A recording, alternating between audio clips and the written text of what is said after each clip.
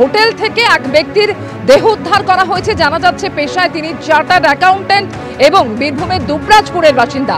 তার নাকের তলায় রক্তের দাগ ছিল এবং যে কারণে প্রাথমিক তদন্তে পুলিশ এটিকে খুন বলে মনে করছে। যেটা জানা যাচ্ছে যে 3 জন হোটেলে চেক ইন করেছিল এবং গতকাল গভীর রাতে এদের মধ্যে 2 জন, যাদের মধ্যে একজন তরুণী এবং আরেকজন যুবক ছিলেন, তারা হোটেল থেকে চেক আউট করে যান। তারপর হোটেলের ঘরে ঠিক কি হলো ইতিমধ্যেই তার তদন্ত শুরু করেছে পুলিশ।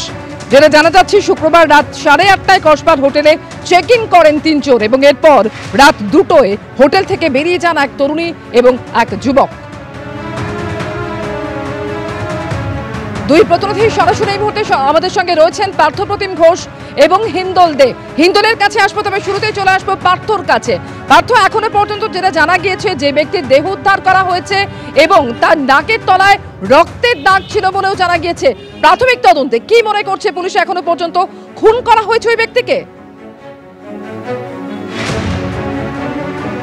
দেখো, অনেকগুলো ডেভেলপমেন্ট ইতিমধ্যে কিন্তু পাওয়া গিয়েছে, যার মধ্যে হচ্ছে যে পুলিশের অনুমান করছেন ওই ব্যক্তিকে খুন করা হয়েছে, যার নাম পরিচয় ইতিমধ্যে পাওয়া গেছে আদার্স লোসালকা, 33 বছর বয়সী ওই যুবক।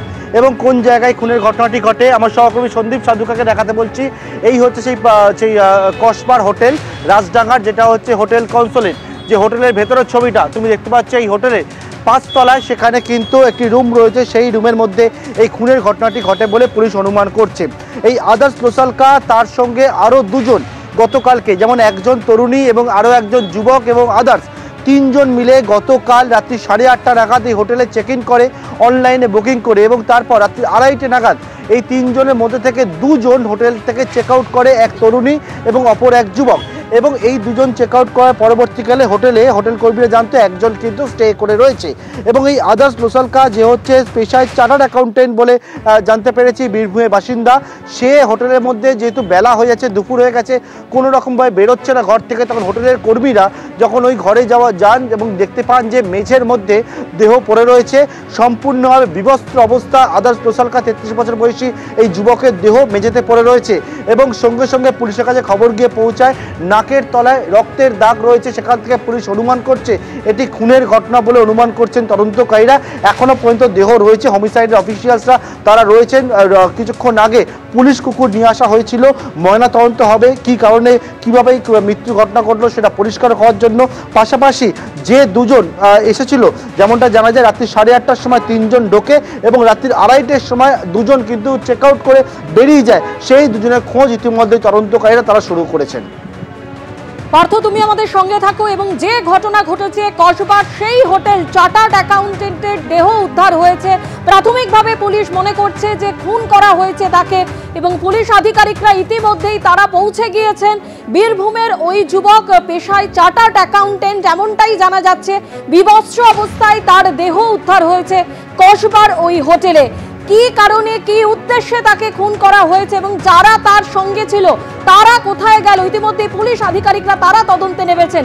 ঠিক 1 মাস আগেই আপনাদের মনে আছে পার্ক স্ট্রিটে ঠিক যে ঘটনা ঘটেছিল, পার্ক স্ট্রিটের একটি হোটেলেও কিন্তু একইভাবে এক যুবকের দেহ উদ্ধার হয়েছিল, বক্স কাটের মধ্যে তার দেহ পাওয়া গিয়েছিল। এবং পাশাপাশি আজকের এই ঘটনা 1 মাসের মধ্যে কসবাতেও একইভাবে হোটেলের মধ্যে এক যুবকের দেহ উদ্ধার হলো। সরাসরি আমাদের প্রতিনিধি হিন্দল দে আমাদের সঙ্গে রয়েছেন। হিন্দল, প্রাথমিকভাবে পুলিশ মনে করছে যে খুন করা হয়েছে ওই যুবককে, আর কি তথ্য রয়েছে তোমার কাছে? একেবারে জয়েন্ট সিভিক ক্রাইম তিনি যেটা স্পষ্টত বললেন লালবাজারের তরফ থেকে, যে প্রাথমিক তদন্তে পুলিশ যেটা মনে করছে যে এই যুবক আদার্স লোসালকা, যার 33 বছর বয়স, বীরভূমের বাসিন্দা, তাকে কিন্তু খুন করা হয়েছে বলে তারা মনে করছেন। কেননা নাকের কাছে রক্ত জমাট বাঁধা অবস্থায় তারা পেয়েছেন এবং পারিপার্শ্বিক যেসব চিত্র তারা দেখেছেন তাতে কিন্তু তাদের সন্দেহ যে এই যুবককে খুন করা হয়েছে, যার বয়স 33 বছর। এবং এই যুবক কিন্তু আরও 2 জনের সঙ্গে এই হোটেলে গতকাল রাত 8:30 নাগাদ এসেছিলেন, অনলাইনের মাধ্যমে এই হোটেল বুক করেন। আমরা ক্যামেরা পার্সন দীপ্তেন্দুকে বলবো ছবিটা দেখাতে। তুমি দেখতে পাচ্ছ যে কসবা থানা থেকে 1.7 কিলোমিটার দূরে, মাত্র 1.7 কিলোমিটার দূরে এই হোটেল কনসোলেট যে হোটেল রয়েছে, সেই হোটেলের 4th ফ্লোরে কিন্তু একটি রুম ভাড়া করে আসে এই 3 জন। এবং যেটা পুলিশ এখনো পর্যন্ত জানতে পেরেছে যে রাত 1:30 নাগাদ, 1:30 থেকে 2টোর মধ্যে কিন্তু বাকি 2 জন, অর্থাৎ কিনা একজন যুবক এবং আরেকজন যে তরুণী, তারা 2 জন কিন্তু বেরিয়ে যায়। এবং বেরিয়ে যাওয়ার সময় কিন্তু তারা কোনো কিছু উল্লেখ করেনি, হোটেল কর্তৃপক্ষকে জানায়নি, হোটেল কর্তৃপক্ষও বিষয়টাকে গা লাগায়নি। এবং আজ বেলা যখন 12টা বেজে যাচ্ছে তখনও পর্যন্ত কিন্তু আদার্সকে দেখা যাচ্ছে না, তখন সেটা কিন্তু তাদের সন্দেহ দানা বাঁধে এবং তারপরেই তারা কসবা থানায় খবর দেন এবং কসবা থানার পুলিশ এসে যেটা উদ্ধার করেছে, পুলিশ সূত্রে যেটা জানা যাচ্ছে যে বিবস্ত্র অবস্থায় এই যুবককে পুলিশ উদ্ধার করে। কেন তিনি বিবস্ত্র অবস্থায় ছিলেন, কি কারণে তার মৃত্যু হলো, সেই বিষয়গুলো ময়নাতদন্তের রিপোর্ট হাতে আসার পর সঠিকভাবে জানা যাবে। তুমি আমাদের সঙ্গে থাকো। আজকে এই ঘটনা ঘটার পর কসবায় যান জয়েন্ট সিপি ক্রাইম, তিনি কি বলেছেন শোনাবো। হোটেল কনসুলেট ইনাদের পক্ষ থেকে থানাতে ইনফরমেশন দেওয়া হয়েছিল কি একটা বডি পড়ে আছে একটা রুমে। তখন আমাদের টিম আসে ভিজিট করে, তারপরে কিছু ইনিশিয়াল ইনভেস্টিগেশন করে ওনার ভিকটিমের আইডেন্টিটি আদার্স 2 সাল কা হিসাবে ফিক্স আপ করা হয়েছে। কিছু নাক দিয়ে ব্লিডিং এরকম ইঞ্জুরি পাওয়া যায়। এখন ফার্দার ইনভেস্টিগেশন চলছে। আইডি কার্ড দিয়েছেন ওনাদের আইডি কার্ড আর বাকি যে ফিজিক্যাল সিসিটিভি ওটার সঙ্গে ভেরিফিকেশন চলছে। ওদের ফ্যামিলিকে ইনফর্ম করা হয়েছে, ফ্যামিলি আসার পরে ফার্দার ডিটেল আমরা জানব। দেখে ইনিশিয়ালি প্রাইমা ফেসাই হোমিসাইডাল মনে হচ্ছে, বাকি ফার্দার ডিটেল কি ইঞ্জুরি আছে না আছে পোস্টমর্টম রিপোর্ট যখন আসবে পোস্টমর্টমের পরে আমরা বলতে পারবো। আদার্স লোসালকা যার দেহ উদ্ধার করা হয়েছে তার বয়স হচ্ছে 33 বছর এবং তার বাড়ি জানা গেছে বীরভূমের দুবরাজপুরে। আর কি জানা যাচ্ছে ভাস্কর মুখোপাধ্যায় এই মুহূর্তে রয়েছেন আমাদের সঙ্গে সরাসরি। ভাস্কর, যেটা জানা যাচ্ছে দুবরাজপুরের বাজারপাড়া এবং সেখানকার বাসিন্দা হচ্ছে এই আদার্স লোসালকা, তার বাবা হচ্ছেন কাপড়ের ব্যবসায়ী। এখনো পর্যন্ত তার পরিবার সূত্রে আর কিছু জানা যাচ্ছে ভাস্কর? দেখো, এই আদর্শের বাড়ি হচ্ছে দুবরাজপুর থানার 13 নম্বর ওয়ার্ডের বাজারপাড়া এবং সে পেশায় হচ্ছে চার্টার্ড অ্যাকাউন্টেন্ট। কলকাতার সল্টলেকে সে একটি বিখ্যাত চার্টার্ড অ্যাকাউন্টেন্ট ফার্মের সঙ্গে সে যুক্ত ছিল এবং দীর্ঘ 3 থেকে 4 বছর সে কলকাতাতেই থাকছিল এবং সে বাঙ্গুরে সে থাকতো তার 3 বন্ধুর সঙ্গে একটি ফ্ল্যাট শেয়ার করে।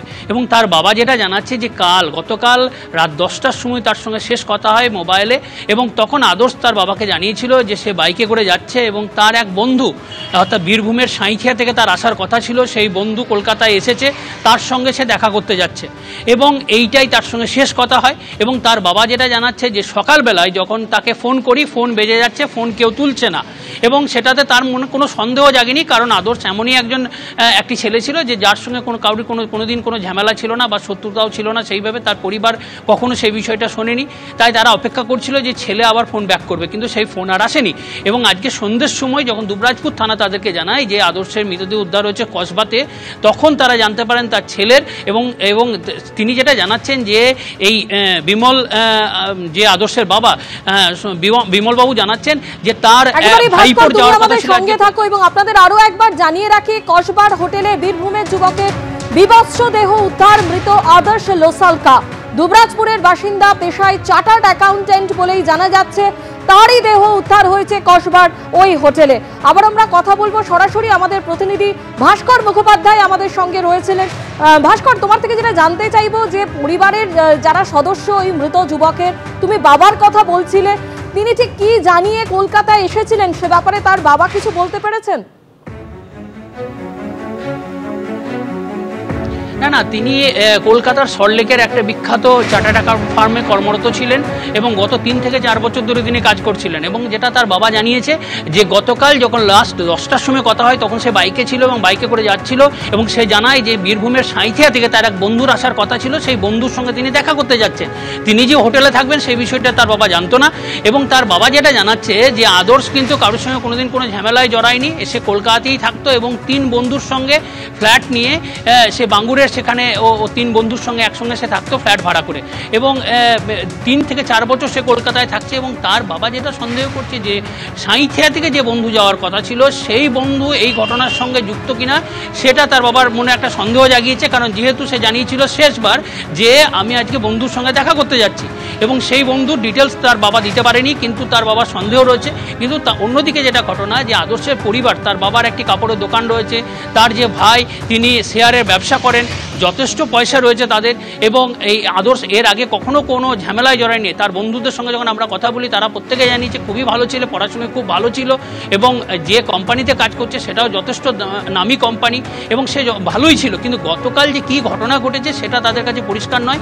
এবং গতকাল আদর্শে থাকার কথা ছিল তারই যে জেঠুর ছেলে তার সঙ্গে, কারণ জেঠুর ছেলে গতকাল সে আজকে সে কলকাতা গেছে এবং আজকে তার থাকার কথা ছিল বলে তার পরিবার জানিয়েছে, এবং আজকে রাতে একসঙ্গে দুই ভাই থাকতো, কিন্তু তার ভাই ওখানে গেছে এবং তার ভাইকে পুলিশ যখন খবর দেয় তারপরে সে ভাইকে কসবা থানায় পাঠানো হয়েছে, এবং দুবরাজপুর থানাতে যেটা তার পরিবারকে জানিয়েছে যে তার মৃতদেহ উদ্ধার হয়েছে। এখন পুরো বিষয়টি তদন্ত করে দেখা হচ্ছে। ভাস্কর, তুমি আমাদের সঙ্গে থাকো। কসবা হোটেলে চার্টার্ড অ্যাকাউন্টেন্টের দেহ উদ্ধার, প্রাথমিক তদন্তে খুন বলে অনুমান পুলিশের। কসবার হোটেলে চার্টার্ড অ্যাকাউন্টেন্টের যার দেহ উদ্ধার হয়েছে তিনি বীরভূমের বাসিন্দা বলে জানা যাচ্ছে। তার আজ বিভৎস দেহ উদ্ধার হয়। মৃত যুবকের বাবা কি বলছেন শোনাবো। স্যার, ফোনে আমার ছেলে বিবেক, ছোট ছেলে, ওকে ফোনে কন্ট্যাক্ট করলো, তারপর আমরা থানায় গেলাম, থানার বড়বাবু আমাকে এইসব ডিটেলস বললো। আমরা তো এখান থেকে কিছুই বুঝতে পারছি না কি ব্যাপার হতে পারে। ছেলেটা কলকাতায় থাকতো, চাকরি করতো, চার্টার্ড ফার্ম আছে PWC, price water and Cooper, ঠিক আছে, ওখানে চাকরি করতো। আর বাঙ্গুর এভিনিউতে ও 3টে বন্ধুর সঙ্গে থাকতো, ঠিক আছে, কম্বাইন করে ফ্ল্যাট ভাড়া নিয়ে থাকতো।